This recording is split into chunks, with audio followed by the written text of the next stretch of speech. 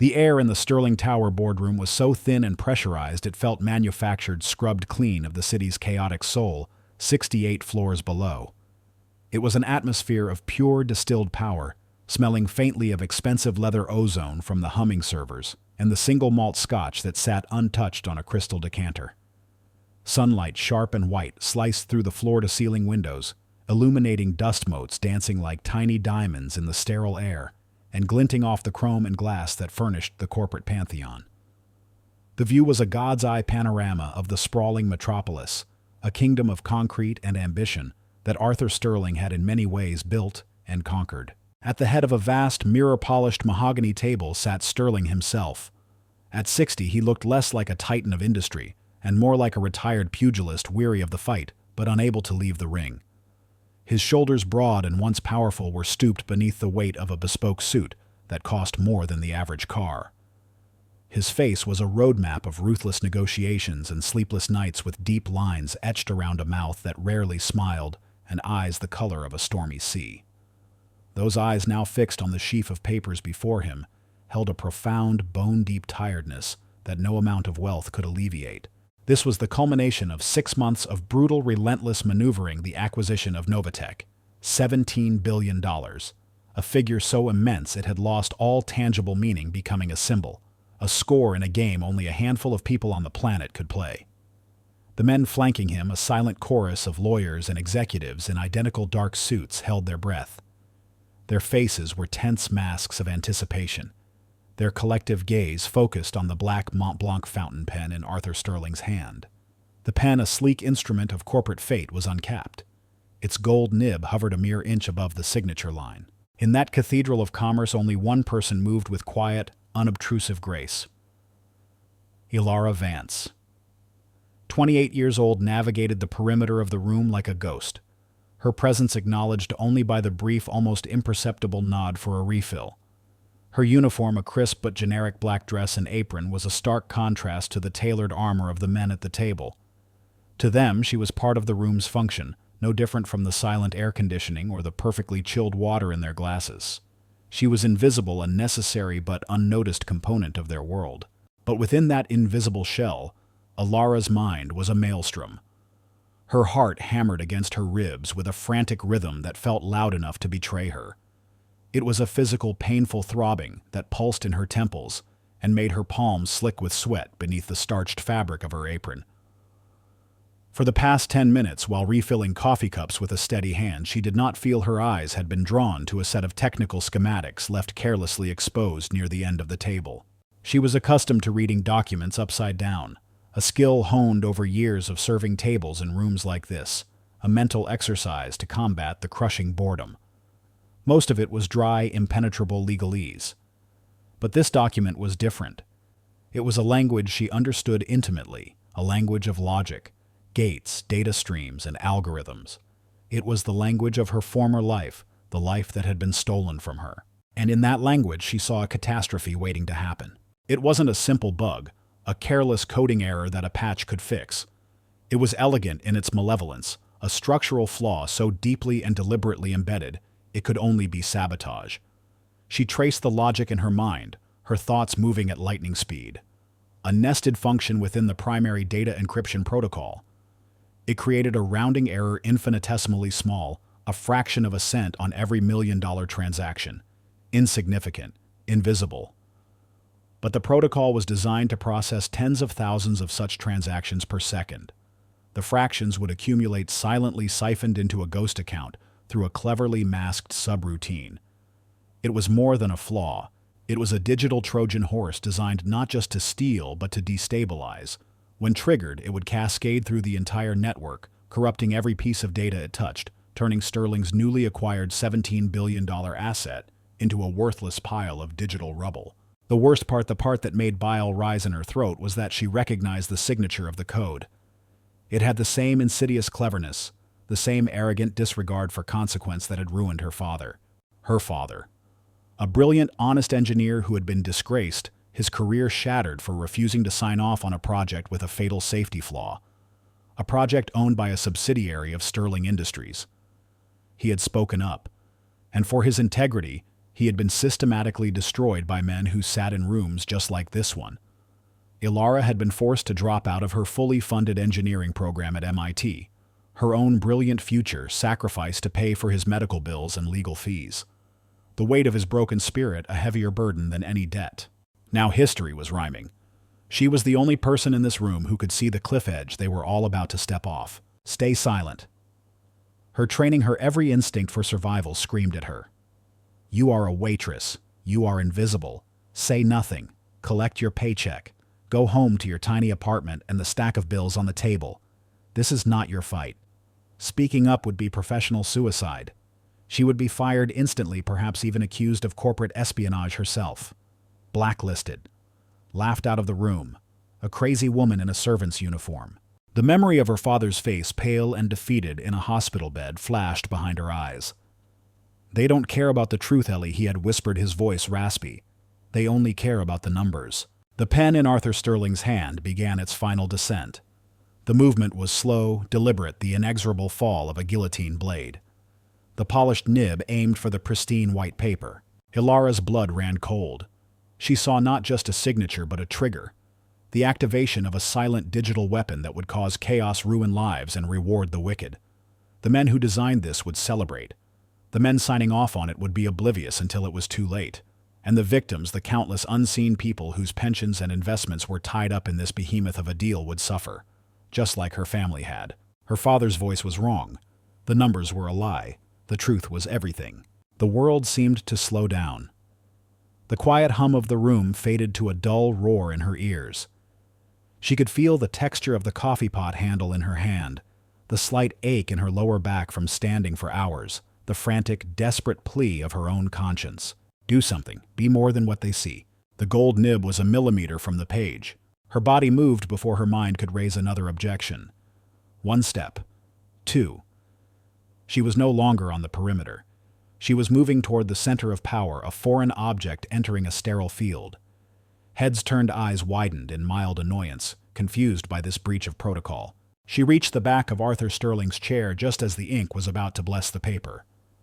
Leaning forward past the barricade of his expensive suit and the wall of his authority, she let the word escape her lips. It was not a shout, not a plea, but a clear, steady whisper that cut through the pressurized silence like a shard of glass. Stop. The word hung in the air, impossibly loud. Arthur Sterling's hand froze.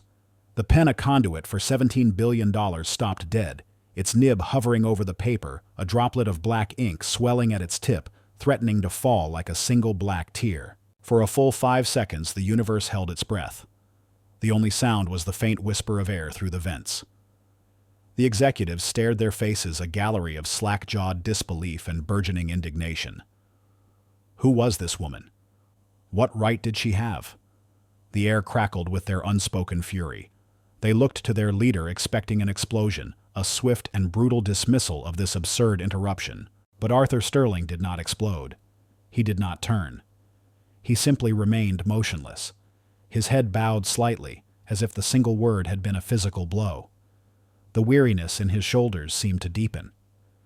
He had fought dragons and monsters in the corporate world, faced down hostile takeovers and government investigations. But this was something different. This was an anomaly, a variable he had not accounted for. Slowly, with the deliberate motion of a man carrying an immense weight, he lifted the pen from the page. He did not look at the stunned faces of his colleagues. He did not look at the document. He carefully, precisely placed the Mont Blanc pen back in its velvet groove on the desk. Then he swiveled his chair. Not with a sharp, angry movement, but with a slow, grinding turn that seemed to take an eternity. His eyes, those gray, stormy seas of cynicism and power, bypassed the CEO of Novatech, bypassed his own lawyers, and settled on the waitress. He truly saw her for the first time. He saw the fire of conviction in her dark eyes, the tremor in her clasped hands, the defiant set of her jaw. He saw a woman who had just gambled her entire world on a single word. His face was an unreadable mask, but his voice, when it came, was not the thunderclap of rage they all expected. It was quiet, gravelly, and saturated with a fatigue that went beyond business. It was the voice of a king who had heard too many lies and was, for one brief, inexplicable moment, intrigued by the possibility of a truth. He raised a single commanding hand, silencing the sputtering objections before they could even begin. His gaze remained locked on Alara. "Explain," Arthur Sterling commanded. Before she was a ghost in a black apron, Alara Vance had been a force of nature in the hallowed halls of the Massachusetts Institute of Technology. She had lived and breathed the intoxicating air of pure intellectual pursuit, a world where the elegance of a mathematical proof was a form of high art, and the hum of a quantum computer was a sacred symphony. Her home was not a cramped studio apartment, but a sprawling lab bathed in the cool blue light of monitors and the chaotic beauty of whiteboards covered in the esoteric hieroglyphs of advanced physics. She had been a prodigy, the kind of student professors spoke about in hushed, reverent tones in the faculty lounge. While her peers struggled with foundational concepts, Alara saw the architecture of the universe in lines of code. She could visualize multidimensional arrays as tangible, malleable structures in her mind, and she found a serene beauty in the cold, hard logic of algorithms. She wasn't just learning, she was creating. Her thesis proposal, submitted a year early, had outlined a new method for predictive modeling in chaotic systems, a paper so innovative her advisor had accused her of plagiarism, before realizing with dawning astonishment that she had simply outpaced all existing research. The scholarship that had plucked her from a modest upbringing and placed her in this crucible of genius was not a gift. It was an investment the university was certain would pay dividends for humanity. Her future had been a limitless sunlit horizon. That horizon had vanished in a single brutal moment, not with a bang, but with the quiet, devastating click of a briefcase being shut for the final time. Her father, Michael Vance, was an engineer of the old school. He believed in the sanctity of his profession, in the moral obligation that came with building things that people trusted with their lives. For 25 years, he had worked as a lead structural engineer for a construction subsidiary owned by Sterling Industries. He was a man of quiet integrity, more comfortable with a slide rule and blueprints than with corporate politics. He saw his work as a covenant between himself and the public. A bridge wasn't just steel and concrete. It was a promise that a family would get home safely. The project that broke him was a new metropolitan overpass, a massive undertaking designed to be the subsidiary's crowning achievement. During a routine materials analysis, Michael discovered a discrepancy. The alloy specified for the primary support girders was being replaced with a cheaper, inferior alternative from an uncertified supplier. On paper, the cost savings were significant enough to earn the project manager a hefty bonus. In reality, as Michael's frantic late-night calculations proved, it reduced the structure's load tolerance by 40%. It wouldn't collapse on day one, but under the stress of heavy traffic and seasonal temperature changes, catastrophic metal fatigue was not a risk. It was a certainty. He had reported it immediately, expecting commendation for his diligence. Instead, he was met with a wall of glacial indifference. His direct superior, an ambitious young manager named Julian Croft, dismissed his concerns as theoretical anxieties. Croft, with his slick suits and predatory smile, saw Michael's integrity not as a virtue but as an obstacle to his own rapid ascent. "The numbers have been approved," Mike Croft had said, his tone dripping with condescending patience. "Corporate is happy. Let's not create waves." "This isn't about waves," Julian Michael had insisted, his voice tight with disbelief. "This is about public safety. People will die." The meeting had escalated to the subsidiary's board. Myriad reports were produced, all mysteriously validating the cheaper alloy. Michael was painted as a stubborn relic, an old-timer unable to adapt to new, more efficient methodologies. He refused to sign off. He stood his ground, presenting his own exhaustive data, his own proof. He believed with a touching naivete that the truth would protect him. It did not. Julian Croft, with a surgeon's precision, orchestrated his destruction. An anonymous complaint was filed, alleging Michael had accepted kickbacks from a rival materials supplier. His data was discredited as an attempt to sabotage the project for personal gain. Colleagues he had mentored for years suddenly couldn't meet his eye. He was suspended, then investigated by a committee that had already reached its verdict. Within a month, he was fired for gross professional misconduct. The fallout was absolute. His name was dragged through industry journals. His engineer's license was revoked. The career he had spent a lifetime building was annihilated. The overpass was built with the flawed materials, a monument to the victory of profit over principle. Every time Alara saw its sleek, treacherous curve on the skyline, she felt a visceral sickness. The legal battle to clear his name drained their savings. The stress of it all settled deep in his bones, a quiet poison that manifested as a heart condition. The man who had once been a bastion of strength, who had taught Alara to see the world with an engineer's inquisitive eyes, began to fade. He spent his days staring out the window, the spark in his eyes extinguished, broken by a system that had no place for his brand of honor. Alara had watched it all, a helpless spectator to her family's slow-motion implosion. The scholarship covered her tuition, but it didn't cover the mortgage, the crushing medical bills, the simple cost of living. One autumn evening, sitting at the kitchen table across from her mother's tear-streaked face and her father's silent, hollowed-out form, she made the only choice she could. The next morning, she officially withdrew from MIT, trading her limitless future for the grim reality of 2 back-to-back service jobs. Her brilliant mind, once destined to reshape the technological landscape, was now tasked with remembering who ordered the decaf latte and who wanted sparkling water. She had learned to be invisible because being seen was a luxury she could no longer afford. All of that history, that searing, unresolved injustice, churned within her as she stood in the suffocating silence of the Sterling Tower boardroom.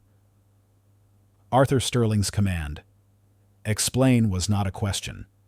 It was a challenge, a demand to justify the single greatest risk she had ever taken.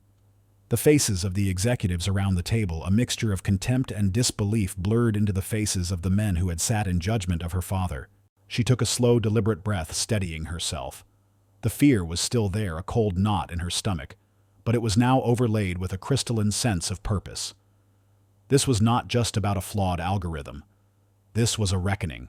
She met Arthur Sterling's gaze directly, her voice emerging not as a timid whisper, but as the calm, measured tone of an expert in her field. "The document your team left on the table," she began, gesturing with a steady hand. "Page 47 of the technical appendix. It details the core encryption algorithm for the Novatech Financial Processing Network." One of the Novatech executives, a man with a perpetually sneering expression, scoffed. "It's our proprietary technology. Highly confidential. You have no business even looking at it." Alara ignored him, keeping her focus locked on the only man who mattered. The algorithm utilizes a compensatory function to balance data loads during high-volume transaction periods. On the surface, it's an elegant piece of work. But it contains a flaw. Sterling's CTO, a gray-haired man named David, leaned forward, his skepticism warring with his professional curiosity. "What kind of flaw?"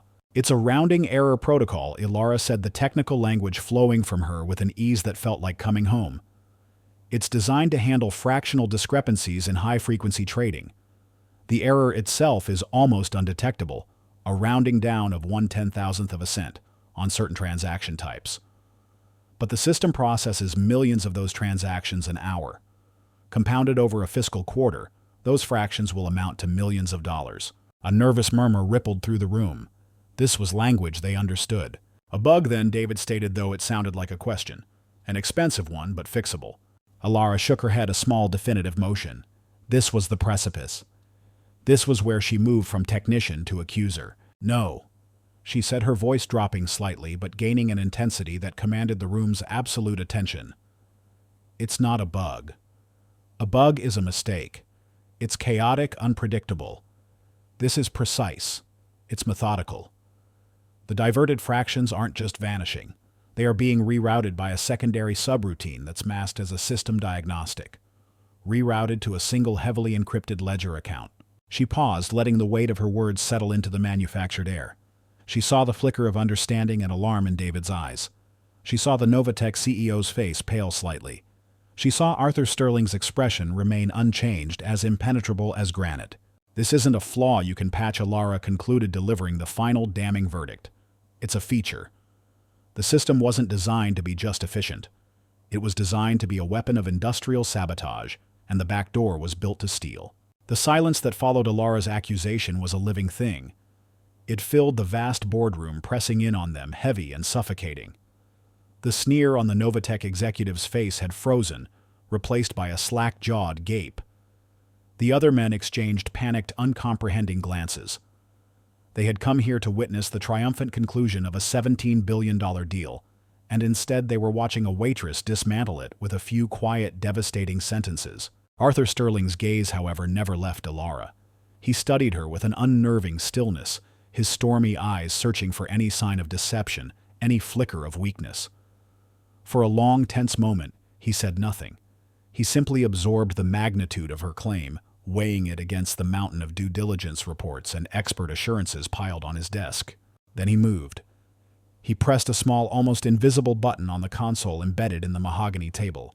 "This meeting is over," he announced, his voice a low rumble that permitted no argument. The statement was directed at the room at large, a blanket dismissal. Everyone out. Now. A chaotic shuffle of expensive shoes on plush carpet followed. Papers were gathered hastily, briefcases snapped shut. The executives, a moment ago the masters of this universe, were now a confused flock being herded out of their pasture. Their protests were quiet, sputtering things, dying before they could fully form under the cold finality of Sterling's command. "Robert, this is an outrage," the sneering executive began, but Sterling cut him off with a single dismissive wave of his hand. "Get out!" he repeated, his voice dropping to a near whisper that was more menacing than any shout. The man flinched as if struck and hurried toward the door.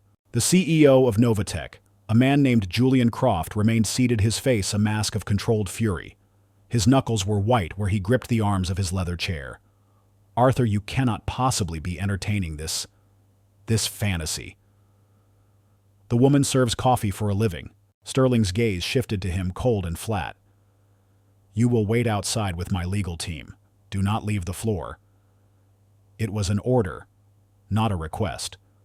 Croft's jaw tightened, a muscle twitching in his cheek.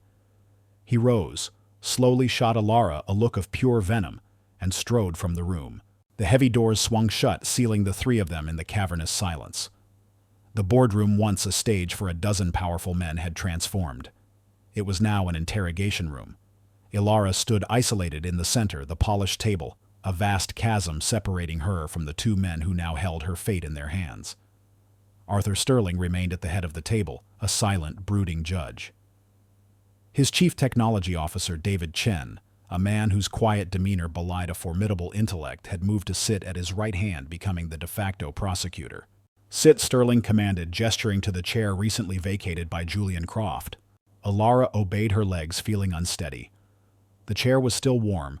She placed her hands on the cool mahogany, her fingers tracing the wood grain, the simple tactile sensation, a small anchor in a disorienting sea.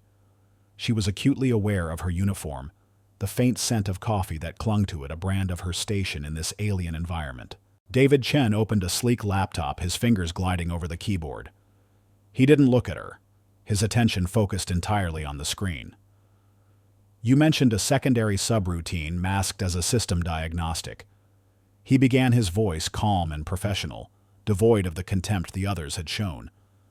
"Can you describe its architecture?" This was the test, the first of many. Alara drew on the long dormant part of her mind, the part that lived and breathed code. It's not a separate process. It's parasitic. It hooks into the kernel-level diagnostic API. Every time the system runs a legitimate integrity check, the parasitic code executes a parallel function. It writes the diverted fractional currency to a temporary encrypted memory block. The block is then appended to the diagnostic log file, which is flagged for archival. David's fingers flew faster. Archived where those logs are massive. Sifting through them would be impossible. Exactly. Alara affirmed, a sliver of confidence returning. This was her territory. The log itself is the payload. It's designed to be transmitted off-site to a third-party data storage facility every 24 hours, under the guise of routine backup procedures. The subroutine embeds a routing instruction in the log's metadata. Once it reaches the third-party server, a process there unpacks the encrypted memory block and transfers the funds. To anyone monitoring Sterling's network, it just looks like a standard data transfer. The theft occurs completely outside your digital jurisdiction. David stopped typing. He looked up from his screen for the first time, his brow furrowed in deep concentration. He wasn't just hearing her words, he was visualizing the code, running the logic in his head. A perfect, untraceable digital heist, he murmured, more to himself than to her. He turned to Sterling. "Arthur, the theory is sound. It's complex, audacious, but it's plausible." Throughout the exchange, Sterling had remained silent, his steepled fingers resting against his lips, his eyes never leaving Alara. Now he spoke, his voice cutting through the technical analysis. You seem to know a great deal about our network security protocols, Ms. Vance, she supplied. Alara Vance. Ms. Vance, he continued, his tone dangerously smooth. An impressive amount for someone who just happened to be pouring coffee at the right time. Where did you acquire this expertise, a night course in cybersecurity? The question was a probe digging for the lie. Alara knew she was walking a tightrope. Too much information would seem rehearsed. Too little would seem evasive. I studied computer science and algorithmic theory for 3 years at MIT, she said, keeping her voice even. I left before completing my degree due to family circumstances. MIT, Sterling repeated, letting the word hang in the air. He exchanged a brief, unreadable glance with David. And in the years since, you've kept your skills sharp by serving canapes to men like me. The barb was meant to provoke, to see if he could rattle her. Alara felt a flash of heat, the old familiar sting of shame and anger. She thought of her father. The image gave her strength. I kept my skills sharp by studying, she replied, her voice firm. I've spent the last 4 years working through every open source project, every research paper, every online lecture I could find. Knowledge isn't exclusive to a campus, Mr. Sterling. It's available to anyone with a library card and an internet connection. Her answer seemed to surprise him. A flicker of something, perhaps respect, perhaps mere curiosity, passed through his tired eyes. But it was quickly replaced by the deep-seated cynicism that had become his armor. A compelling story, he mused. The brilliant mind trapped by circumstance, waiting for her moment to be discovered. It would make a fine screenplay. He leaned forward, the full weight of his presence pressing down on her. But I have found, Ms. Vance, that life is rarely so cinematic. More often it is a series of calculated transactions. So let me ask you a more direct question. Who do you work for? Alara stared at him, momentarily confused. I work for the Lumiere restaurant. Sterling waved a dismissive hand. Don't play games with me. Your knowledge is too specific. Your timing is too perfect. This deal has been kept under wraps for months. Its technical specifications are known to only a handful of people. Yet you, a waitress, walk in at the 11th hour with a perfectly articulated analysis of a fatal flaw. That is not coincidence. That is intelligence. He leaned back, his eyes narrowing. So who sent you? Was it Damian Vance and his consortium? Are you one of his people? Paid to sabotage this deal so he can swoop in and pick up the pieces. The name Damian Vance meant nothing to her, but the accusation struck her with the force of a physical blow. A spy. A corporate saboteur. It was the same smear tactic they had used on her father. She felt a dizzying sense of vertigo, the past collapsing into the present. No, she said, her voice shaking slightly for the first time. You're wrong. I don't know who that is. No one sent me. Then why? Sterling pressed his voice like iron. Why risk everything? What do you gain from this? A person doesn't blow up a $17 billion deal out of a sudden fit of civic duty. There is always an angle. What is yours? Alara looked from his hard, accusatory face to David's more neutral, analytical expression. She realized then that proving the technical truth was only the first battle. Proving her own truth, her own motives, would be infinitely harder. The full story of her father was a weapon she couldn't use. It would sound like a contrived, vengeful fantasy. She had to give him something else, something he could understand. Because I am an engineer, Mr. Sterling, she said, her voice regaining its strength. And engineers don't stand by silently and watch a flawed design go into production, especially not when the flaw is designed to hurt people. You speak of principle, Sterling countered, a humorless smile touching his lips. Principle is a luxury, Ms. Vance. In my world, it's a commodity bought and sold like any other. Everyone has a price. My father didn't... She shot back, the words escaping before she could stop them. And it cost him everything. The raw emotion in her voice, the sudden fierce defense of a man he'd never met, seemed to finally pierce his armor of cynicism. He fell silent, studying her with a new intensity. The air in the room was thick with unspoken questions. For a long minute, the only sound was the distant, muffled siren of an ambulance rising from the city streets below. Sterling seemed to retreat into himself, his gaze distant. He was a man who had built an empire on calculated risks, on trusting his gut. But his gut had been wrong before, betrayed by those closest to him. The paranoia was a scar, a permanent part of his psyche. Finally, he made his decision. He swiveled his chair to face David. The deal with Novatech is on indefinite hold. Inform our legal team. I want a gag order on everyone who is in this room. Nothing about this conversation leaves these walls. He then turned back to Alara. You have made an extraordinary claim, Ms. Vance. And while your technical knowledge appears considerable, your presence here remains a statistical improbability I am not willing to ignore. He pressed the intercom button again. Helen, get me Marcus Thorne in security. A cold dread washed over Alara. This was it. She was being handed over. A voice crisp and professional crackled through the speaker.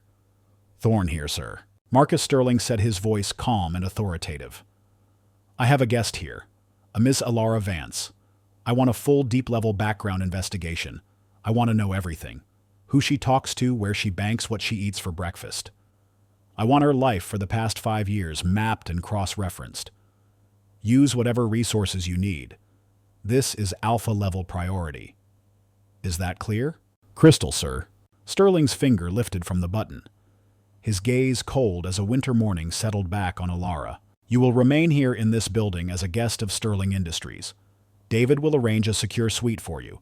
He will also create a controlled sandbox environment with the full Novatech source code. You will be given one chance and one chance only to prove your claim. You will be monitored at all times. You will have no contact with the outside world until my investigation is complete, and you have either proven your theory or been exposed as a fraud. He stood up, his towering form casting a long shadow across the table. Welcome to my world, Miss Vance. I hope for your sake you're telling the truth. He turned and walked toward a private door at the far end of the room without a backward glance, leaving Alara alone with David Chen in the chilling silence. She had spoken up. She had been heard. But she was no longer a waitress. She was a suspect, and a prisoner in a gilded cage 68 floors above the world. Alara's prison was a palace. She was escorted by 2 of Marcus Thorne's security agents' men who moved with the silent, predatory efficiency of shadows, not to a basement cell but to a penthouse suite on the 70th floor. The suite was a study in minimalist luxury, all clean lines, muted colors, and breathtaking views of the city. She was no longer free to walk in. A king-sized bed with impossibly soft linens, a bathroom carved from a single piece of marble, a fully stocked kitchen she had no appetite for. It was all designed to soothe and impress, but to Alara, it felt like the world's most opulent cage. Every light fixture, every ventilation grate, every bezel of the massive television screen seemed to conceal a camera lens. The surveillance was a constant, unnerving pressure at the back of her neck. Her real prison, however, was the sandbox. It was a conference room 2 floors down, stripped of its mahogany table and converted into a high-tech, hermetically sealed laboratory.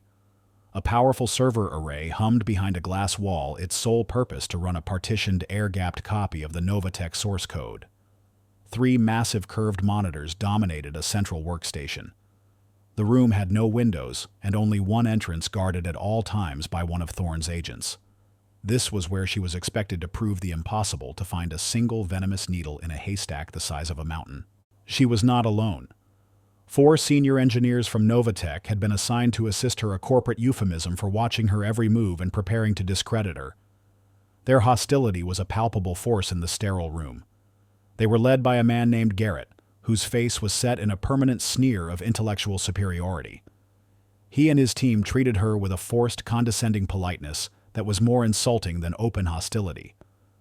They called her Ms. Vance, with an ironic emphasis, their questions laced with traps, their assistants deliberately slow and unhelpful. They were circling her like sharks, waiting for a single drop of blood in the water. The kernel architecture is modular, of course, Garrett said on the first morning, peering over her shoulder as she navigated the code's directory structure. I'm sure your studies at MIT covered the basics of object-oriented design. Alara didn't rise to the bait. She simply nodded, her focus entirely on the screen. I need access to the full commit history for the encryption module going back at least 2 years. Garrett exchanged a smirk with one of his colleagues. That's a significant data request. It will take some time to authorize and compile. Our protocols are quite strict. Your CEO was just accused of attempting to defraud my boss of $17 billion.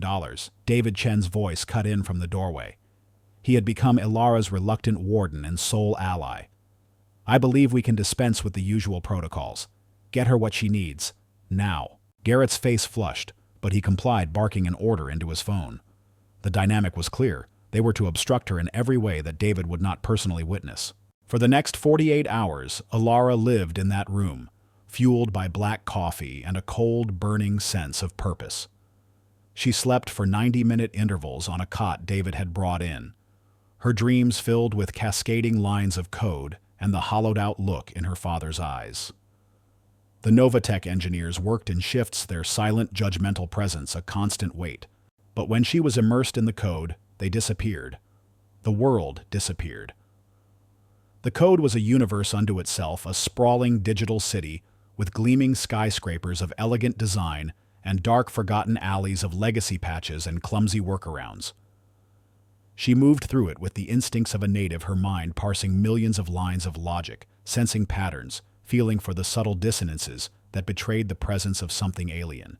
The saboteur was brilliant, she had to admit. The parasitic subroutine wasn't a clumsy addition tacked on at the end. It was woven into the very fabric of the system's core. Its components were scattered across a dozen different modules disguised as performance optimizations, error handlers, and even obsolete debugging tools. Each piece on its own was innocuous. Only when activated in a specific sequence did they assemble into the weapon she had identified. It was like a bomb, where the components were disguised as plumbing wiring and structural supports. She began to feel a strange, intimate connection to her quarry. This wasn't just code, it was a reflection of a mind that was patient, meticulous, arrogant, and utterly devoid of conscience. She started looking not just at the what, but the who. The commit logs were her map. Every change, every update to the code was logged with a timestamp and a developer's ID. She cross-referenced the locations of the malicious code fragments with the commit histories. A pattern began to emerge. Many of the key components had been inserted during a major system overhaul 18 months prior. While dozens of developers had worked on the project, a handful of specific critical pieces were all checked in by the same senior programmer, a man named Benjamin Carter. Ben Carter. The name felt electric. According to his employee file, he was a 10-year veteran of Novatech, a quiet, universally respected coding savant. A digital ghost. He was the architect. As she compiled the evidence, a list of specific file revisions, timestamps, and Carter's digital signature, a chilling thought occurred to her. If Carter was the saboteur, was he working alone? Or was he a pawn, a brilliant tool wielded by someone else, someone like Julian Croft? Her heart pounded as she isolated the final definitive piece of evidence, the activation trigger. It was a masterpiece of deception, a logic bomb hidden within a date-parsing library that was scheduled to execute on the first day of the next fiscal quarter, 2 weeks after the Sterling acquisition was finalized. The trigger was keyed to a specific incoming data packet from a Sterling Industries server. The deal itself was the firing pin. She had him. She had the proof. She pushed her chair back, her body trembling with a mixture of exhaustion and adrenaline. She looked up at the clock on the wall. 3:17 a.m. One of Garrett's team, a junior coder who looked barely out of college, was asleep in a chair in the corner. The security guard outside was a silent statue. As she was about to call David on the dedicated internal line, the door slid open.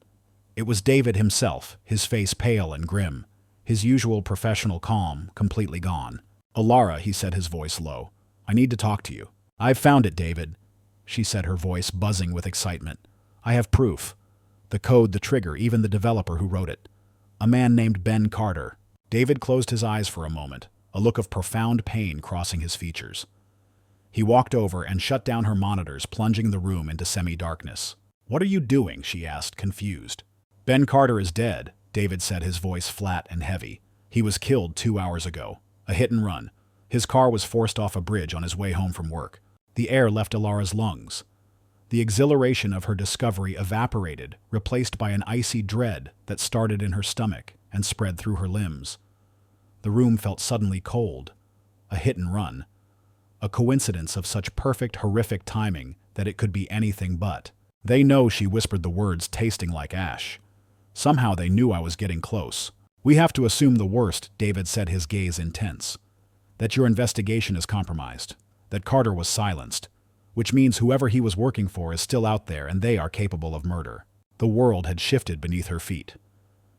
This was no longer about corporate fraud or a multi-billion-dollar deal. She had stumbled out of the courtroom and onto a battlefield. The ghost in the machine wasn't just a thief. He was a killer. and she had just painted a target on her own back. Later that morning, reeling from the news, Alara was being escorted back to her suite for a mandatory rest period. Her mind was a chaotic jumble of code and fear. As she walked down the empty, silent corridor, one of the junior engineers from Garrett's team hurried past her in the opposite direction. He was a young man named Leo, perpetually nervous, who had barely spoken a word to her in 3 days. As he passed, he stumbled, dropping a stack of printouts. "Oh, sorry, so sorry." He stammered, his face flushed red as he scrambled to gather the papers. The security guard behind Alara watched, impassive. "It's fine," Alara said, bending to help him. As their hands met over a scattered schematic, she felt him press a folded piece of paper into her palm. It was a tiny, tightly wadded square.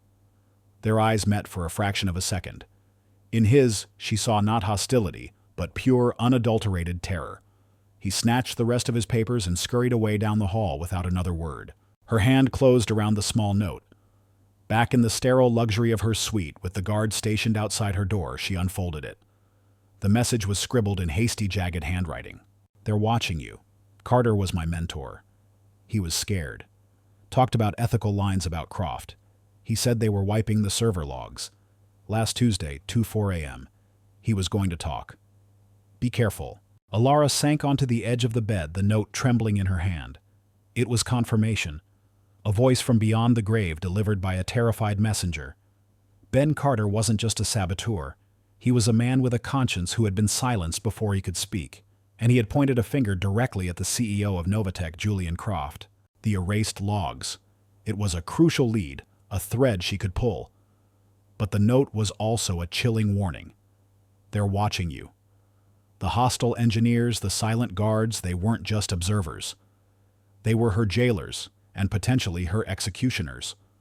She was alone, trapped 68 floors in the sky, caught in the gears of a conspiracy that had already claimed one life and would not hesitate to claim another. The small, crumpled note felt heavy in Alara's hand, a tangible piece of a deadly secret.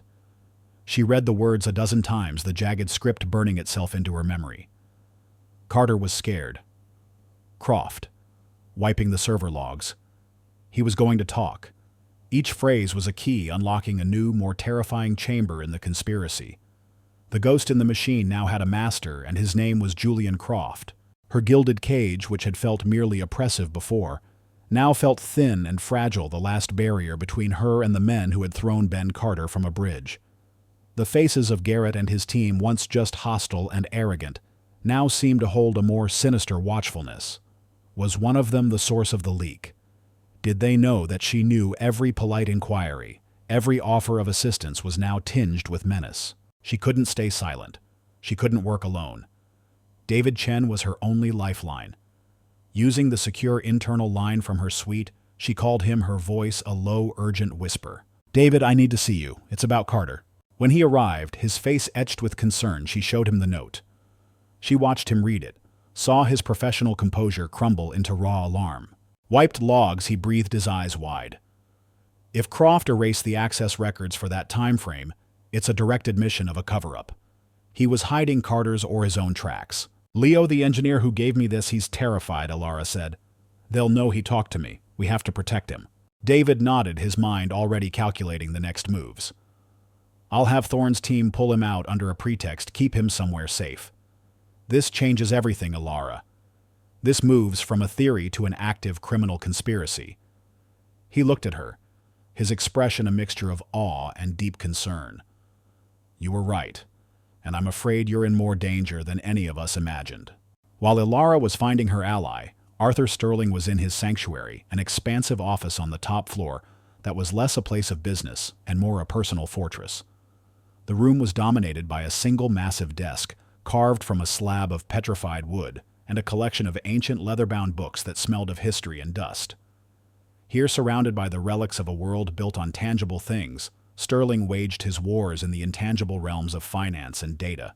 Marcus Thorne stood before the desk, his report delivered in crisp, dispassionate tones. The preliminary police report lists it as a hit and run. No witnesses. The EDR from Carter's car was conveniently damaged in the fire. Sterling stared out the window at the city below, a sprawling circuit board of light and shadow. He felt no shock, no surprise. Only the cold, familiar confirmation of a lifelong cynical belief When the stakes are high enough, men become monsters. He had hoped for a fleeting moment that Alara Vance's discovery was merely a sophisticated heist. But murder was an act of war. Forget the police report. Marcus Sterling set his voice a low growl. They'll be chasing shadows for months. The answer isn't on the bridge. It's in the money.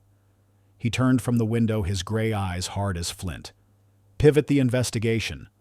I no longer care about Ms. Vance's background. She's proven her value. I want you to turn your entire team on one man, Julian Croft. I want his life taken apart piece by piece. Financials, communications, travel records. I want to know every secret he has. Find out who's pulling his strings. Thorne, a man accustomed to impossible requests, simply nodded. Consider it done, sir.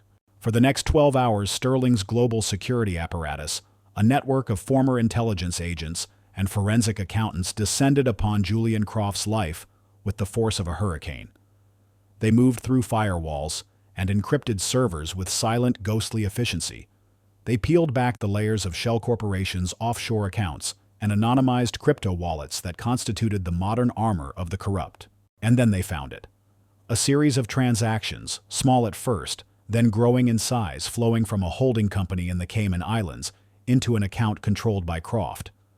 The payments were disguised as consulting fees, but their timing corresponded perfectly with key milestones in the Novatech acquisition. It was the money trail, the irrefutable proof of a payoff. But it was the name behind the holding company that made Arthur Sterling's blood run cold. When Marcus Thorne projected it onto the large screen in Sterling's office, the name seemed to mock him from across the years, a ghost rising from a grave he thought he had long since sealed. Vance Consortium. Damian Vance Sterling whispered the name, tasting like poison on his tongue. It all clicked into place, a series of discordant notes resolving into a symphony of pure, calculated evil. This wasn't just about money. This was about revenge. 20 years ago, Damian Vance had been his protégé. He had found the boy brilliant, hungry, and impossibly ambitious at a university recruitment fair and had taken him under his wing. He had seen a reflection of his younger self in Damian's fire, in his ruthless drive. He mentored him, taught him the intricate dance of corporate warfare, gave him the keys to the kingdom. He had loved him like a son. The betrayal had been biblical in its scope. Damian, using the very strategies Sterling had taught him, orchestrated a secret hostile takeover of Sterling's most promising international division. He didn't just steal a part of the company, he stole its future, a revolutionary piece of technology they had developed together. He had used Sterling's trust as a weapon, turning his own people against him, leaving him humiliated and emotionally gutted. The ensuing legal battle had been bloody and personal, ending in a bitter stalemate that left the two men as sworn eternal enemies. The experience had broken something inside Arthur Sterling. It had calcified his heart, replacing the passionate builder with the cynical, weary titan who sat in this office today. He had rebuilt his empire bigger and stronger than before, but the wound left by Damian's betrayal had never truly healed. And now his ghost had returned. He finally understood. The Novatech deal was the ultimate Trojan horse. The backdoor wasn't just a tool for embezzling a few $1,000,000. That was pocket change, a mere distraction. Its true purpose was far more devastating. On the day the trigger was activated, it wouldn't just corrupt Novatech's data. It was designed to send a targeted, weaponized data packet into the core of Sterling Industries' entire financial network. It would trigger a cascade failure, creating phantom trades, erasing assets and shredding the digital infrastructure of his life's work in a matter of minutes. It was corporate annihilation, a digital Ragnarok, designed by the one man who knew all his weaknesses. Damian wasn't just trying to rob him, he was trying to erase him. In that moment of terrible clarity, Sterling's perception of Alara Vance shifted completely. She wasn't an anomaly, a suspect, or a pawn. She was the black swan, the impossible variable that Damian's perfect, arrogant plan had never accounted for. She wasn't a corporate spy. She was a Cassandra, a lone voice of truth that had, by some miracle, cried out at the exact right moment. Her integrity, the very quality he had come to see as a liability in his world, was the only thing that had saved him. He saw in her the ghost of the man he used to be, the ghost of the principles his own protégé had beaten out of him. He pressed the intercom. "Helen, find Ms. Vance. Bring her to my office. Immediately." When Alara entered the cavernous office, she found Sterling standing before the massive window, his back to her. The room was dark, save for the ambient glow of the city lights below. "They told you about Ben Carter," he said, not turning around. It wasn't a question. "Yes," she replied, her voice quiet. "His death was not an accident," Sterling continued. "It was a message, a loose end being tied up." He finally turned to face her, his eyes holding a new, strange light. The cynicism was still there, but it was now mingled with a grim, focused intensity. The weariness was gone, replaced by the cold fire of a dormant volcano reawakening. "You and I, Ms. Vance, have a common enemy." He gestured to the screen where the name Vance Consortium still glowed. "Damian Vance. He was once my student. I taught him everything I knew about building an empire. He chose to use that knowledge to try and burn mine to the ground. This deal was to be his masterwork of revenge." He explained everything: the history, the betrayal, the true purpose of the backdoor. He spoke to her not as a boss to an underling, not as a warden to a prisoner, but as a general briefing his most vital field commander. He was bringing her inside the fortress into his war council. "Damian believes he has thought of everything," Sterling said. "He has anticipated every move my security team would make, every defense my network has. He knows how I think. But he doesn't know about you. You are the flaw in his perfect equation." The power dynamic had been irrevocably altered. She was no longer a suspect fighting to prove her innocence. She was an asset, a weapon. "What do you need from me?" she asked, her voice steady. The fear was still a cold stone in her gut, but purpose was a fire that warmed it. "I am giving you full alpha-level clearance," Sterling declared. "You will report directly to me. David and Thorne's teams are at your disposal. I want you to go back into that code, but not as a detective looking for clues. I want you to go in as a hunter. The backdoor is their primary weapon. I want you to find a way to use it against them. I don't just want to stop this attack, Ms. Vance. I want to turn their weapon around and fire it back." He walked to his desk and picked up a small, heavy object. It was a chess piece, a queen carved from black onyx. He held it out to her. "Damian sees the world as a chessboard," he said, his voice low and intense. "He believes he has me in checkmate. He has forgotten the most important rule of the game." Ilara took the cool, smooth stone, its weight a surprising comfort in her hand. "What rule is that?" she asked. A slow, dangerous smile touched Arthur Sterling's lips for the first time. "Sometimes a pawn makes it all the way to the other side of the board." The transition from prisoner to commander was instantaneous and dizzying. Alara's world, once confined to a gilded cage and a sterile sandbox, expanded into a sprawling command center on the executive floor. The hostile Novatech engineers who had once watched her with sneering contempt were now her dedicated team, their body language a study in whiplash-inducing deference. Garrett, their former leader, now brought her coffee. His eyes averted, his voice, stripped of its ironic edge and replaced with a clipped, nervous respect. "The network traffic analysis you requested is compiled." "Ms. Vance," he'd say, placing the tablet on her desk, as if it were a religious offering. "We've isolated the external data pings, as you predicted." Ilara, armed with Sterling's absolute authority, had transformed the investigation. She was no longer just a detective sifting through cold code. She was a hunter, actively laying traps for her quarry. With David Chen and Leo now safely ensconced in a secure Sterling facility, she worked to turn the tables on Damian Vance. The back door was no longer just a threat to be neutralized. It was a pathway, a direct line to the enemy she could exploit. But with her new power came a new, more immediate sense of danger. She was no longer an unknown variable. She was a declared enemy. The threat was no longer abstract. It came on the second night of her new command. She was deep in the code, tracing the intricate pathways of the parasitic subroutine, when the monitors flickered. A single ominous line of text appeared, overwriting her work, "We see you." Before she could react, the system went haywire. Code began deleting itself in cascading blocks. Alarms blared through the command center.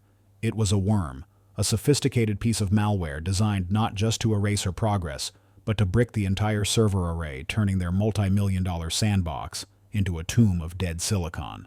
"Kill the connection!" David roared, diving for the main network switch. "Physical disconnect now." Garrett, his face ashen, fumbled with the emergency protocols. For a terrifying 30 seconds, it was a race against a silent digital firestorm. Ilara, her mind preternaturally calm in the chaos, typed with frantic precision, executing a series of commands to isolate the infected partitions, building digital firewalls in real time to halt the worm's advance. The final command was a desperate gambit, a forced system reboot that risked total data corruption. The room plunged into an eerie silence, the only sound the frantic panting of the engineers and the fading hum of the servers. After a moment that stretched into an eternity, the emergency lights flickered on, bathing the room in a hellish red glow. "Status," David asked, his voice tight. Alara's fingers flew across the keyboard of a diagnostic terminal. It's contained," she breathed, slumping back in her chair, a cold sweat breaking on her forehead. "The worm is quarantined, but it almost got everything. It came through a zero-day exploit in the network's diagnostic software. It was a targeted surgical strike. They knew exactly where to hit us. The message was clear. Damien's team was watching. They were inside their networks and they were trying to cut her out like a cancer.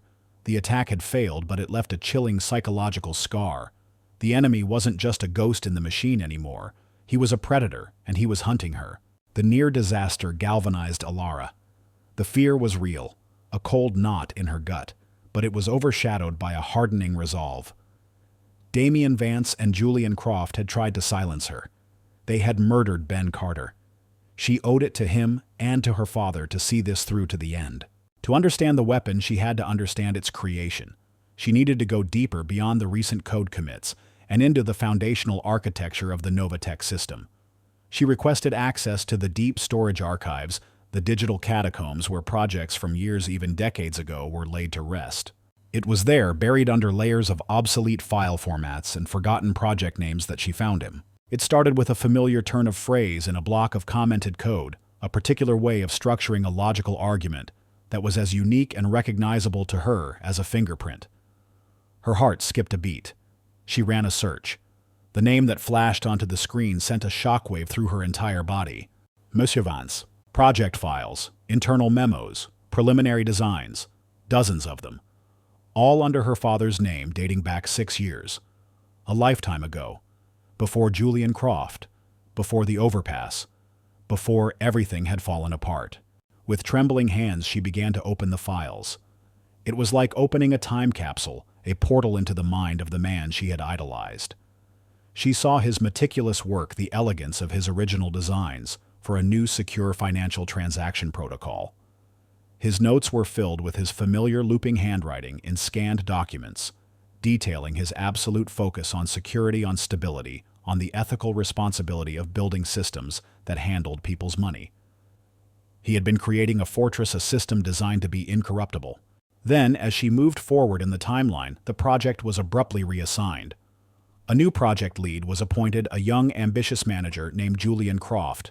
The subsequent files told a story of brutal corporate theft. She watched, sickened, as Croft's name began to appear on revisions of her father's work. He took Michael Vance's fortress and began piece by piece to install secret doors and hidden passages. He perverted the elegant security features, turning them into vulnerabilities. He took her father's genius, his life's work, and twisted it into the weapon that would become the foundation of Novatech's core technology and the instrument of Julian Croft's meteoric rise.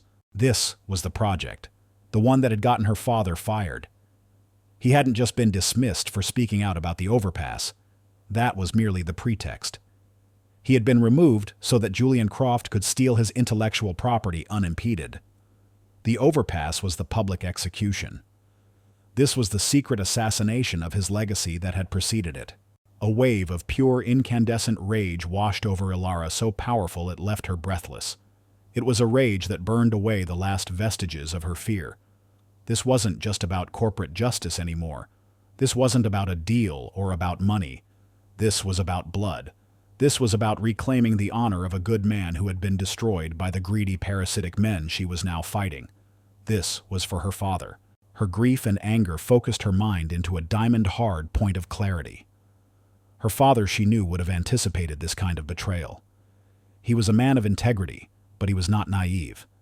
He would have built a fail-safe, a hidden message, a signature that only someone who truly understood his work would ever find. He had a habit, a sort of private joke between them, of signing his most elegant pieces of code. He would embed a non-functional routine that, when compiled, calculated the golden ratio to 1,000 decimal places. It was useless, an elegant piece of mathematical graffiti, a creator's mark left in the digital stone. Working with a feverish intensity, she began to scan the original source code, the pristine files her father had written before Croft's corruption had begun. She ignored the main functions, the executable commands, and focused instead on the spaces in between the digital margins where a secret could be hidden. For hours she searched. The sun began to rise, painting the sky outside the command center in hues of orange and pink, but she didn't notice. There was only the code and the desperate, loving search for her father's ghost. And then she found it. Tucked away in a deprecated library file for a data visualization tool, a place no one would ever think to look, was a small, impossibly elegant algorithm. It wasn't the golden ratio. It was something far more personal. It was a short, recursive function that perfectly modeled the orbital resonance of Jupiter's moons, the very problem he had used to teach her the beauty of mathematics when she was a little girl. Tears streamed down her face, hot and silent. It was him. A final message from a man long since broken. But she knew with an instinct that went deeper than logic that it was more than just a signature. It was a key. Her fingers flew across the keyboard, her movements precise and sure. She extracted the function. It wasn't just an algorithm. It was a complex, one-time cryptographic key. A key designed to unlock something hidden deep within the system. She ran a system-wide search not for a file, but for a lock that fit this specific key. The search returned a single result. A heavily encrypted data container created by Ben Carter 3 days before his death. It was buried in a backup server mislabeled as a system diagnostic dump. Carter, consumed by guilt and fear, had created a dead man's switch. He had left behind a final confession, a digital testament, and had encrypted it using a key he could have only gotten from one place: her father's original uncorrupted code. He had used the master's own signature to lock away the proof of his crime. Alara took a deep breath. She pasted the orbital resonance algorithm into the decryption field. For a moment, nothing happened. Then 2 words flashed on her screen in simple green text. Key accepted. A new file icon appeared in the center of her monitor. It was a single locked document. Its title was a prayer, a confession, and a death sentence all in one. It was labeled Croft Vance Conspiracy. She had it. The smoking gun. The truth locked away by one dead man and keyed to the ghost of another. She finally had the weapon she needed to burn their world to the ground. The command center, once a space of quiet, intense focus, now crackled with the electric tension of a ticking bomb. Ilara, Sterling, and David stood huddled around the central monitor, the icon of the locked file. Croft Vance Conspiracy, pulsing softly like a malevolent heart. It was the truth, the entire conspiracy condensed into a few megabytes of encrypted data. It was their salvation, and it was utterly inaccessible. Ben Carter was a genius. David said, his voice grim as he pointed to the diagnostic readout. This isn't just standard encryption. It's a multi-layered quantum-keyed lattice. He's using fluctuating quantum states as a one-time pad. It's theoretically unbreakable without the specific sequence of keys. Alara's discovery of her father's code had been the first key, the one that had revealed the file's existence. But it had only unlocked the outer gate. Carter, in his paranoia, had constructed a labyrinth. As if the technical challenge weren't enough, the clock had begun to run against them. Sterling's chief legal counsel appeared on the main screen via a secure video link, his face a mask of grim urgency. "Arthur, we have a problem," the lawyer said, his voice tight. "A big one. There's a fail-safe clause in the Novatech contract. A dead man's switch, likely insisted upon by Croft. If the deal isn't finalized within 72 hours of the initial signing time, or if there is a delay for any reason not explicitly outlined in the agreement, the original terms execute automatically and irrevocably." Sterling's face was like thunder. "It's a corporate poison pill." Damien's work. "He planned for a potential discovery. He knew I'd pause the deal, and he built in a mechanism to force my hand." The lawyer nodded. "The transfer of assets would be automated through a neutral third-party escrow. It would be unstoppable. You have until 10 a.m. tomorrow to either sign the original deal or provide legally irrefutable proof of criminal malfeasance to nullify the contract. After that, it's out of our hands. The machine takes over." The deadline was a guillotine blade hanging over them. Less than 24 hours. "Get it open!" Ilara Sterling commanded, his voice a low growl. The weight of his entire empire, his very legacy, now rested squarely on her shoulders. What followed was a desperate, feverish siege against an impregnable digital fortress. Ilara worked with an intensity that bordered on inhuman. The command center became her entire world. She filled whiteboards with sprawling, complex equations searching for a mathematical loophole, a flaw in Carter's quantum logic. The system was designed to be deliberately hostile. Every failed decryption attempt didn't just return an error. It subtly altered the encryption itself, making the next attempt even harder. Worse, David discovered a final terrifying feature. After 5 failed attempts, he said, his voice barely a whisper, "A purge protocol is initiated. The data container will be permanently wiped with a stream of random noise. It won't just be locked. It will cease to exist." They had 5 chances. They had already used one.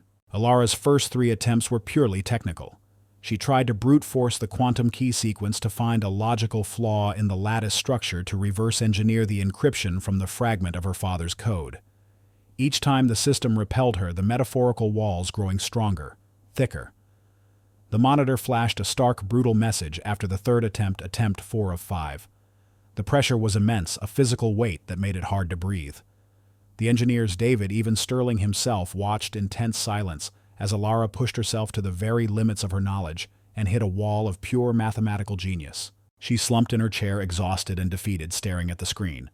"I can't beat it," she admitted, the words tasting like failure. "The math is perfect. Carter built a perfect prison." The room was heavy with the stench of imminent defeat. The engineers looked at the floor. David ran a hand over his tired face. It was over. It was then that Arthur Sterling, who had been watching her silently for hours, stepped forward. He had been a passive observer in this technical battle, a king watching a siege he did not understand. But he knew the mind of the man who had designed the war. "You're right," Sterling said, his voice cutting through the despair. "You can't beat the math. Because you're fighting the wrong enemy." Ilara looked up at him, confused. "What are you talking about?"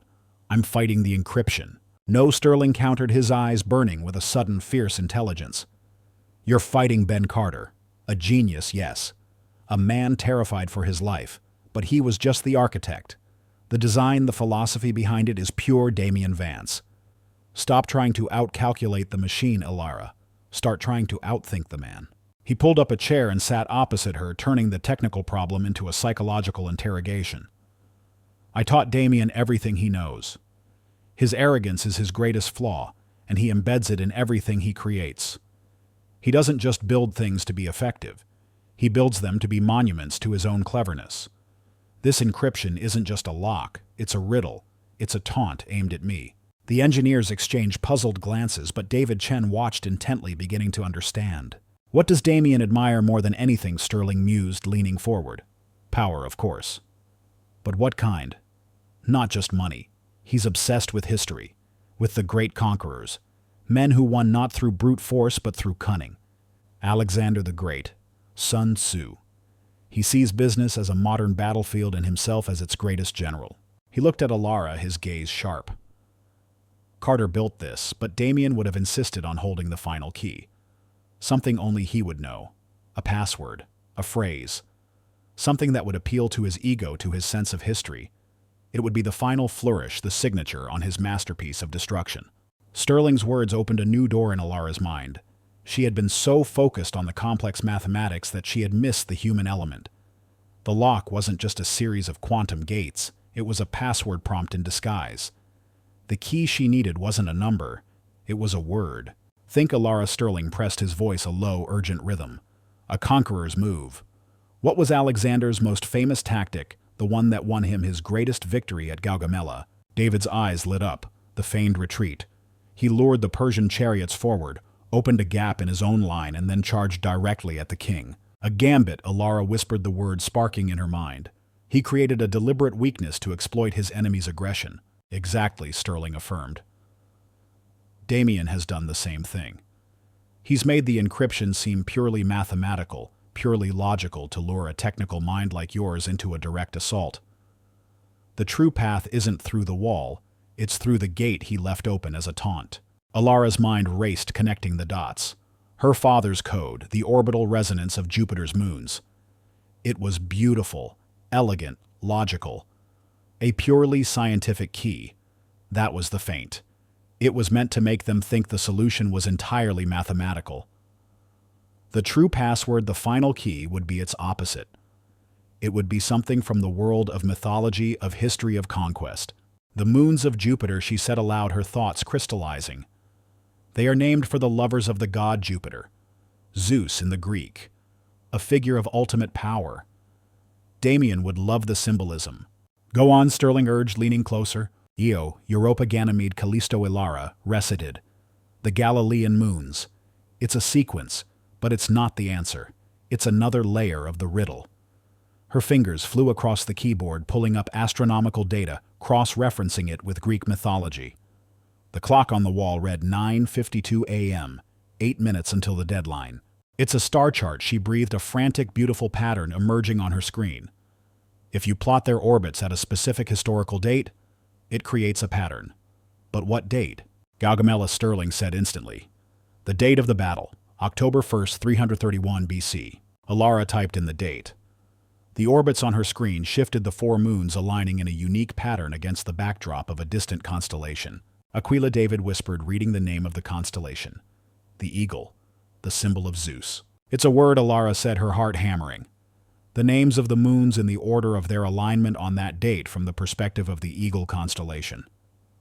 Her fingers trembled as she typed the sequence into the decryption prompt. Europa, Ganymede, Io, Callisto. She hesitated, her finger hovering over the enter key. This was it. Attempt 5 of 5. If this was wrong, the truth would be lost forever. Do it, Sterling commanded, his voice unwavering. She pressed enter. For 3 agonizing seconds, the screen was blank. The progress bar did not move. The room was so quiet she could hear the blood pounding in her ears. Then, a single line of green text flashed in the center of the monitor. Quantum lattice disengaged. Decryption complete. A window opened, revealing a simple text file. As the clock on the wall ticked over to 9:59 a.m., the first lines of Ben Carter's confession scrolled onto the screen. My name is Benjamin Carter. If you are reading this, I am already dead. This is my testimony regarding the criminal conspiracy orchestrated by Julian Croft and Damian Vance to sabotage the Sterling acquisition and destroy Sterling Industries. They had done it. With less than a minute to spare, they had disarmed the bomb. The truth was free. The moments after the successful decryption were surreal. The frantic, heart-pounding tension of the countdown gave way to a heavy, solemn silence as the contents of Ben Carter's file unspooled across the main screen. It was more than a confession. It was a digital ghost's meticulously organized last will and testament. There were data logs showing the exact times Julian Croft had accessed and modified her father's original code.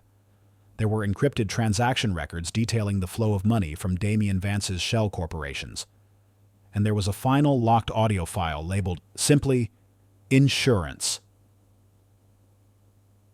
WAV. Carter's words, a posthumous voice from the machine, laid out the entire conspiracy in cold chronological detail. He named names, provided dates, and exposed the weaponized backdoor for exactly what it was, a doomsday device aimed at the heart of Sterling Industries. Ilara read it all, a profound sadness settling over her. This was the voice of a man consumed by guilt, a brilliant mind trapped in a cage of fear and coercion, whose final act was a desperate, courageous attempt at redemption. Arthur Sterling, however, felt no such sentiment. As he absorbed the information, a chilling transformation took place. The weary titan, the reluctant warrior, vanished completely. In his place was the man who had clawed his way to the top of the most ruthless industry on Earth.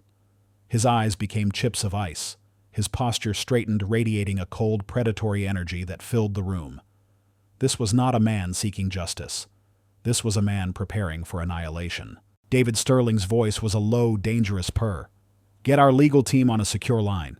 Have them draft a nullification document citing the criminal malfeasance clause. Have it ready to file the moment I give the word. He turned to Marcus Thorne, who had appeared silently in the doorway. Marcus, I want your team to contact the FBI's cybercrime division. Brief them. Give them everything we have. Tell them I will be delivering Julian Croft to them on a silver platter within the hour, along with enough evidence to put him away for the rest of his life. I want them waiting on the 65th floor, and they are not to move until they get my signal. Finally, he turned to Ilara. The coldness in his eyes softened for a fraction of a second, replaced by a look of grim partnership. It's time to end this. Are you ready? She nodded, her own fear burned away by a cold, steady resolve. Yes. The trap was set with masterful precision. Sterling placed a call to Julian Croft, who was stewing in a conference room with his own lawyers. Sterling's tone was one of weary resignation. "Julian," he sighed into the phone, "my people have found nothing concrete. A few anomalies, but nothing that can't be explained away. This waitress has led us on a wild goose chase." He paused. "My hand is being forced by the contract's deadline. I'm preparing to sign. Get back to the boardroom in 15 minutes. We'll finish this." The bait was taken. Croft's relief was a palpable wave even over the phone. The second call was more delicate. It was a secure video link to a private number. Damian Vance's face appeared on the screen, handsome, sharp, and radiating an insufferable, confident smirk. "Arthur Damian," began, his voice smooth as silk. "Calling to concede, I hear you've had a rather dramatic morning." Damian Sterling replied, his voice a perfect imitation of a defeated old lion. "You've backed me into a corner. The deal is going through. I've lost." He let the words hang in the air. "But we both know this isn't the end. I'm proposing a truce, a side deal. You call off your dogs and I'll ensure a portion of the Novatech assets are spun off into a new entity that your consortium can acquire without a fight. A consolation prize, if you will." Damian's smirk widened. The arrogance Sterling had spoken of was blinding. The idea that his old mentor would be so thoroughly beaten, so desperate as to offer a truce, was too delicious to resist. He wanted to witness the final humiliation. "I'll join your signing ceremony, Arthur.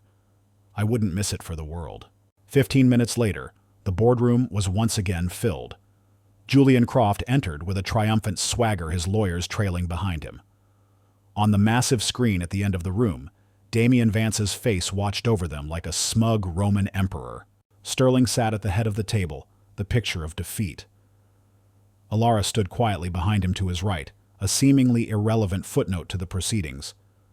The acquisition documents were laid out, a fresh pen placed beside them. "Well," Julian Sterling said with a heavy sigh, "shall we conclude this unfortunate piece of theater?" "Indeed," Croft said, barely containing his glee as he took his seat. Sterling picked up the pen. He uncapped it. He lowered it toward the signature line, a perfect replay of the scene from the day before. Croft leaned forward, his eyes gleaming. Damian watched from the screen, his smile broadening. And then Sterling stopped. He placed the pen down. "On second thought," he said, his voice suddenly changing, the weary resignation gone, replaced by the sharp crack of a whip, "I think not." He looked up, and the cold, predatory fire was back in his eyes. He nodded to Alara. On the main screen, she brought up the first piece of evidence, the logs of Croft's access to Michael Vance's original code. "Mr. Croft," Sterling began, his voice dangerously calm, "can you explain why you spent 3 months in 2019 altering the work of a senior engineer you were about to have fired?" Croft's face went pale. That's a routine code review. Standard procedure." Alara, on Sterling's cue, brought up the next slide, the detailed analysis of the backdoor showing how her father's security features had been systematically perverted into vulnerabilities. "And was it also standard procedure?" Sterling continued to build a parasitic subroutine designed to siphon millions of dollars from my company. "This is slander," Croft sputtered, rising from his chair. "These are fabricated documents." From the screen, Damian laughed. "Really, Arthur, this is pathetic. You're basing these wild accusations on the work of a disgruntled waitress. You have no proof." "Proof is a matter of perspective," Damian Sterling said coolly. He nodded to Alara again. She brought up the next slide, the encrypted transaction records, a complex web of shell corporations and offshore accounts, all leading from the Vance Consortium to Julian Croft. Croft's face began to crumple. The swagger was gone, replaced by the frantic, cornered look of a rat. This is circumstantial. You can't prove anything." "You are right," Sterling conceded. "On its own, it's just a compelling story. A story of theft, sabotage, and betrayal." He paused, letting the silence stretch. "But we also have the story of Ben Carter." At the mention of the name, Croft physically recoiled as if he had been burned. "A brilliant programmer," Sterling mused, "who was tragically killed in a hit-and-run just hours after Ms. Vance here identified him as the author of your malicious code. What a terrible coincidence." "I had nothing to do with that," Croft yelped, his voice cracking. "I know," Sterling said softly. "You only gave the order." Damian's face on the screen had lost its smirk. A flicker of genuine concern had appeared in his eyes. He was beginning to realize the game was not playing out as he had scripted. "This is absurd, Arthur. You have nothing." "That's where you're wrong, Damian." Sterling said, his voice dropping to a near whisper. You see, Ben Carter was a man with a conscience, and before he died he left us a message. He looked at Alara, his eyes conveying a single final command. Checkmate. Alara stepped forward, her hand on the mouse. Mr. Croft. Mr. Vance. She said, her voice clear and steady, ringing with an authority that silenced the room. Ben Carter wanted you to hear this. She clicked the mouse. The file labeled Insurance WAV opened. A voice filled the boardroom, thin and reedy with terror. It was Ben Carter. You can't ask me to do this, Julian. Wiping the logs is one thing, but what they're planning, it's a kill switch. It will cause a market crash. Then came Julian Croft's voice, cold and impatient. You're being paid to do a job, Ben, not to have a crisis of conscience. Damien wants a guarantee. The back door needs to be flawless. But Murder Carter's voice was a choked sob. They're going to find out. I can't. You will, Croft's voice was a venomous hiss. Or you'll have a tragic accident long before anyone finds out anything. Do you understand me? You are in this, Ben. Just as deep as I am. Now finish the work. The recording ended. The silence that followed was absolute, broken only by a strangled gasp from Julian Croft. He stared at the speakers, his face a grotesque mask of disbelief and horror. The voice from the grave had condemned him. On the screen, Damien Vance's handsome face had shattered. The mask of arrogant superiority was gone, replaced by a look of pure, cold fury. He had been beaten, outmaneuvered. He stared at Sterling, then his eyes flicked to Alara, a look of murderous hatred in their depths. Then with a single sharp movement, he ended the video call. The screen went black. Julian Croft collapsed back into his chair, a broken man. No, he whispered, rocking back and forth. No, no, no. At that exact moment, the main doors to the boardroom swung open. Marcus Thorne stepped inside, followed by a half-dozen men and women in dark suits, their jackets unable to conceal the weapons on their hips.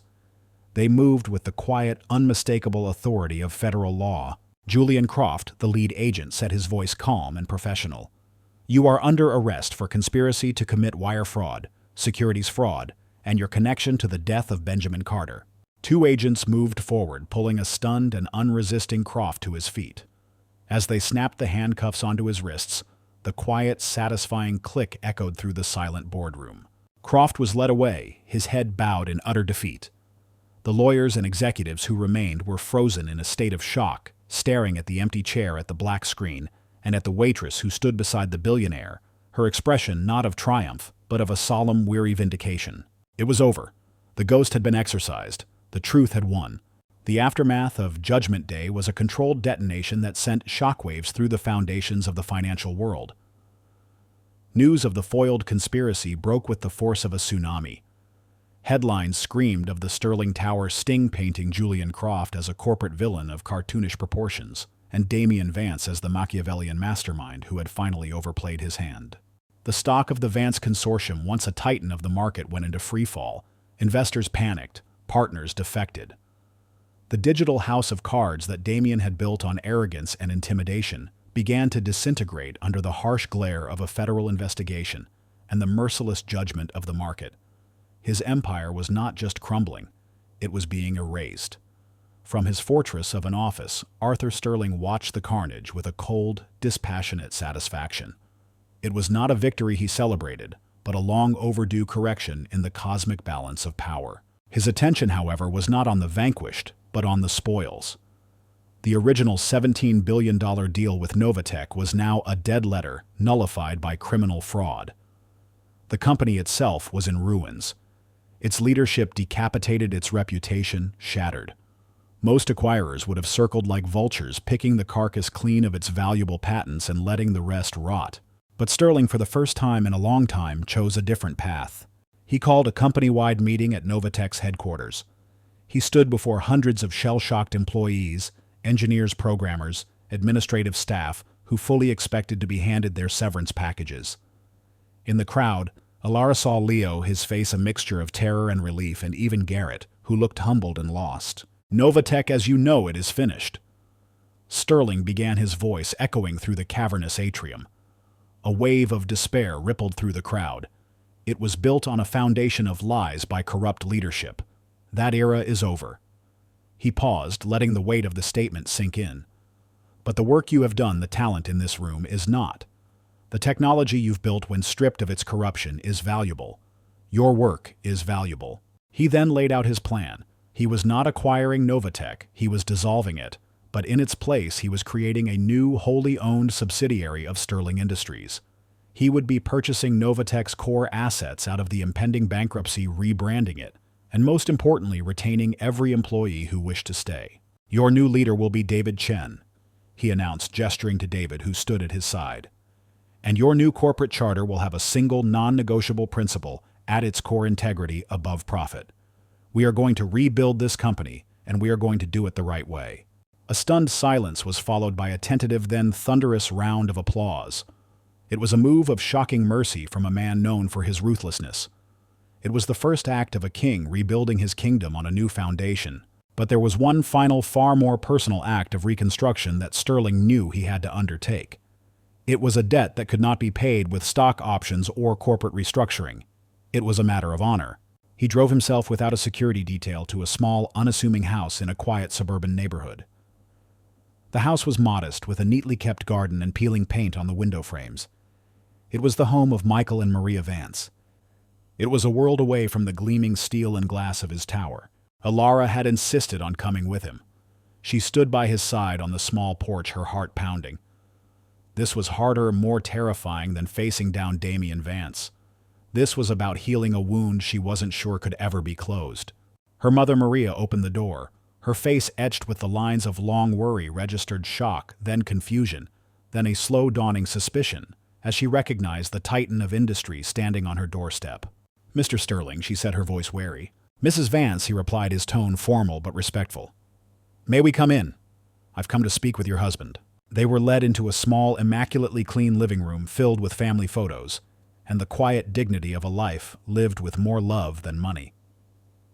Michael Vance sat in an armchair by the window. He was thinner than Alara remembered his frame, frail. The brilliant fire in his eyes she had idolized as a child, now reduced to a dull, listless ember. He looked at Arthur Sterling, the man whose corporate empire had crushed him with a weary, resigned detachment. Sterling did not sit. He stood before the man he had wronged, a gesture of deference that was utterly alien to his nature. "Mr. Vance," he began, his voice stripped of its usual commanding tone, "I am here because a great injustice was done to you by my organization, an injustice I was blind to, and for which I am profoundly sorry." Michael said nothing, his gaze fixed on some distant point beyond the window. "I have read the files," Sterling continued, his voice quiet but intense. "I have seen your original work. The Novatech algorithm, the core of their success. It was your design, your genius. It was stolen from you and corrupted by Julian Croft. He destroyed your career and your reputation to conceal his theft." A flicker of life returned to Michael's eyes, a spark of the old anger, the old pain. "I told them," he whispered, his voice raspy from disuse. "I told them all." "I know," Sterling said, "and no one listened. That failure is on me. A system that allows a man like Croft to thrive while punishing a man like you is a broken system. My system, and I am here to fix it." He placed a thick portfolio on the coffee table. "This contains two things. The first is a full, unconditional public retraction and apology from Sterling Industries, to be published in every major financial and engineering journal. It will detail the theft of your intellectual property by Julian Croft and fully exonerate you of all professional misconduct." Maria Vance gasped, her hand flying to her mouth. Alara felt tears welling in her eyes. It was more than they had ever dared to hope for. "The second," Sterling said, his gaze fixed on Michael, "is not a settlement. It is not charity. It is an offer of employment.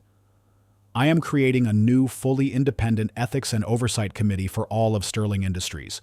It will have unprecedented authority to review any project, veto any decision, and investigate any employee, including me. It will be the conscience of my company, and I want you, Mr. Vance, to be its first chairman." The room fell silent. It was a gesture of such profound respect, such absolute restitution, that it was breathtaking. He wasn't just giving Michael his reputation back. He was giving him the power to ensure what happened to him could never happen to anyone else. Michael Vance slowly, painfully pushed himself up from his chair. He stood unsteady but straight and looked Arthur Sterling in the eye for the first time. The ember in his eyes glowed, then caught fire. "When do I start?" he asked. Later that evening, Alara stood with Sterling on the observation deck of his tower. The city lights spread out below them like a carpet of fallen stars. The air was cool, the silence comfortable. "Thank you." Alara said the words, feeling inadequate for the magnitude of what he had done. "You gave my father his life back today. He gave me something far more valuable," Sterling replied, his gaze on the horizon. A reminder of what I had forgotten. That a company's foundation isn't its stock price. It's the integrity of its people. He turned to her, his expression serious. "Which brings me to you, Alara. What you did, it was more than just exposing a flaw. You saw a moral wrong and you risked everything to make it right. That is a quality I cannot buy. It's a quality I need." He walked over to a large architectural model of a new building, a gleaming, innovative structure that was not yet part of the city skyline. "For 20 years, I've been locked in a war with Damian Vance. We built empires based on the same principles: acquisition, aggression, ruthless efficiency. Today, that model feels obsolete. Empty." He gestured to the model. "I want to build something new, a new division of Sterling Industries, one that invests in and develops technologies that don't just generate profit, but that serve a purpose. Ethical AI, sustainable energy, medical breakthroughs. I want to build a legacy that isn't measured in dollars, but in the good it does for the world." He looked at her, and in his eyes she saw not a cynical titan, but a tired king looking for an heir to a new kind of kingdom. "I'm not offering you a job, Alara," he said, his voice resonating with conviction. "A job is beneath you. I am offering you a partnership. I want you to build this division with me, to be its co-founder and its chief architect. I have the capital and the resources. But you have the vision, and you have the moral compass to ensure it never loses its way." He was offering her the world, not just a seat at the table, but the chance to design the table itself. He was offering her the future she had been forced to sacrifice, but bigger, brighter, and more meaningful than she had ever imagined. She looked from his earnest, waiting face to the sprawling, glittering city below, a city of infinite possibilities. A city where just a week ago she had been an invisible ghost serving coffee to men who would never see her. Now she was being asked to help rebuild it, to infuse its cold corporate heart with a new kind of soul. The choice was not a choice at all. It was an acceptance of a destiny she had unknowingly been fighting for her entire life. "Yes," she said, her voice quiet but firm, a promise to him, to her father, and to herself. "Yes, I will." 1 year later, the view from the top of Sterling Tower was the same, but the world Alara Vance looked out upon was irrevocably changed. Her world. She now stood not as a visitor or a suspect, but as the master of this domain, the co-founder and chief architect of what the financial world had dubbed the Sterling Principal Initiative. Their offices occupied 3 full floors, and they looked nothing like the cold, intimidating boardrooms of the old Sterling Industries. The space was open, vibrant, and collaborative, filled with natural light, living walls of green plants, and the quiet, focused hum of some of the brightest minds in technology. Whiteboards covered in complex equations and inspired designs were everywhere. There was no oppressive silence here, only the palpable energy of creation.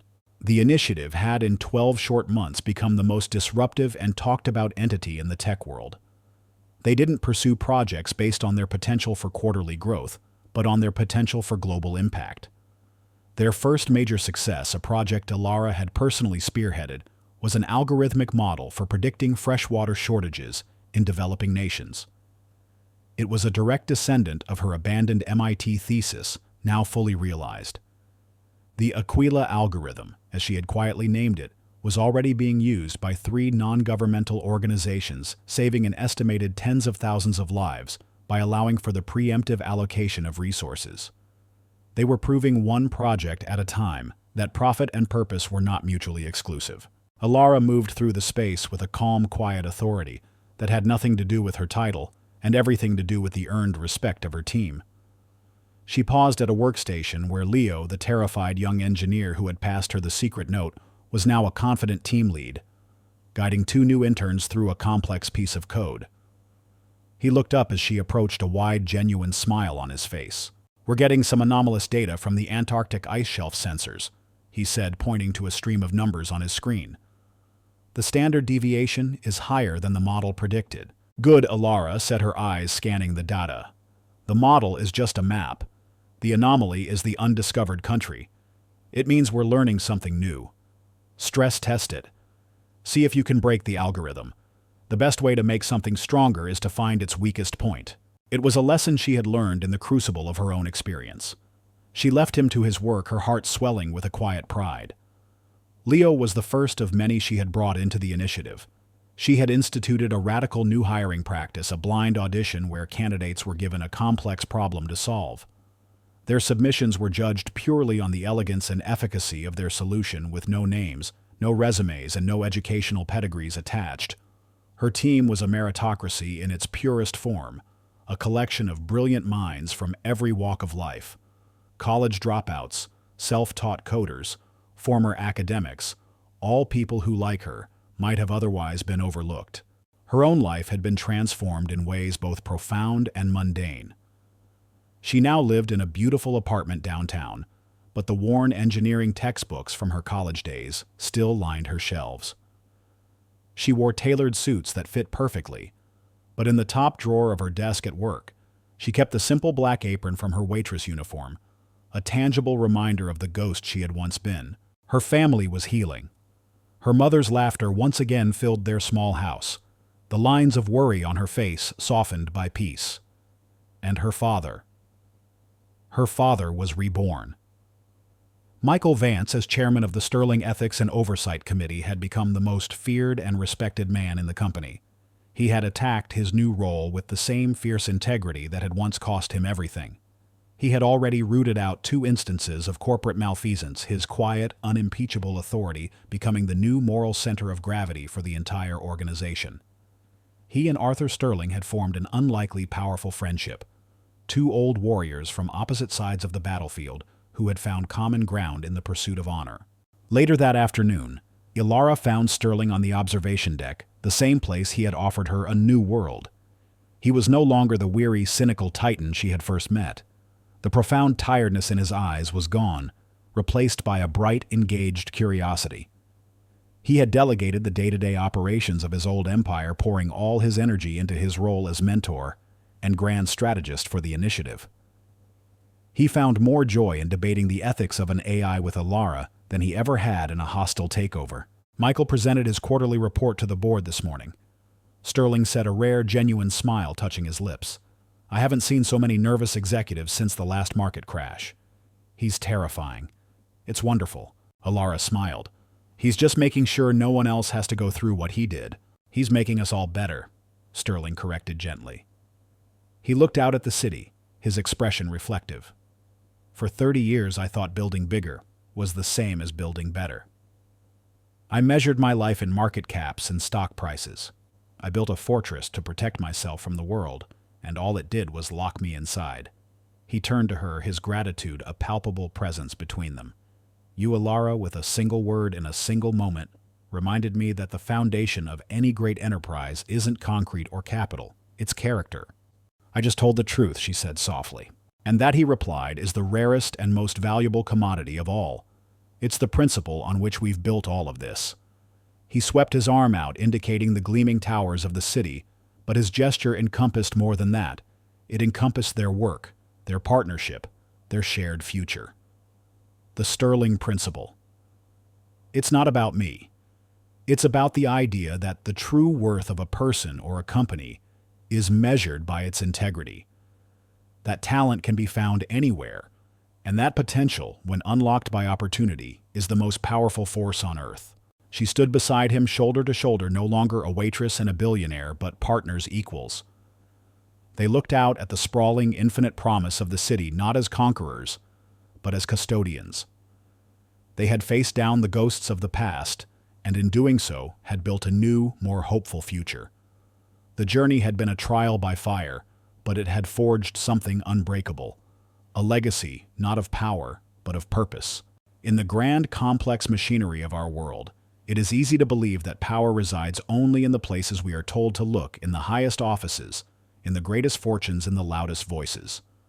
We are taught to respect the uniform, the title, the outward symbols of authority, and to overlook the quiet, seemingly insignificant people who move in the background of our lives. But the story of Ilara Vance is a powerful reminder that this is a profound illusion. It serves as a testament to the truth that circumstance is not a measure of character, and a job title is not a measure of intellect. True value, the kind that can alter the course of history with a single word, often lies dormant in the most unexpected places. Her journey was not simply about exposing a crime. It was about the fundamental refusal to be defined by the role the world had assigned her. We all encounter countless invisible people in our daily lives. The person who serves our coffee, the cleaner who tidies our office late at night, the quiet colleague we barely notice.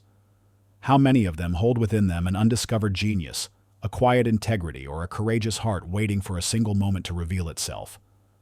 Alara's story challenges us to see beyond the surface, to recognize the extraordinary potential that exists in the ordinary, and to understand that the most important contributions often come from those who have nothing to lose and everything to prove. Thank you for joining us on this journey. If you believe that stories of courage and integrity are worth telling and that hidden talent deserves to be seen, we invite you to become part of our community. Please consider liking this video and subscribing to our channel for more tales that uncover the remarkable in the everyday. And we would be honored if you would share in the comments below who in your life possesses a quiet brilliance the world needs to see.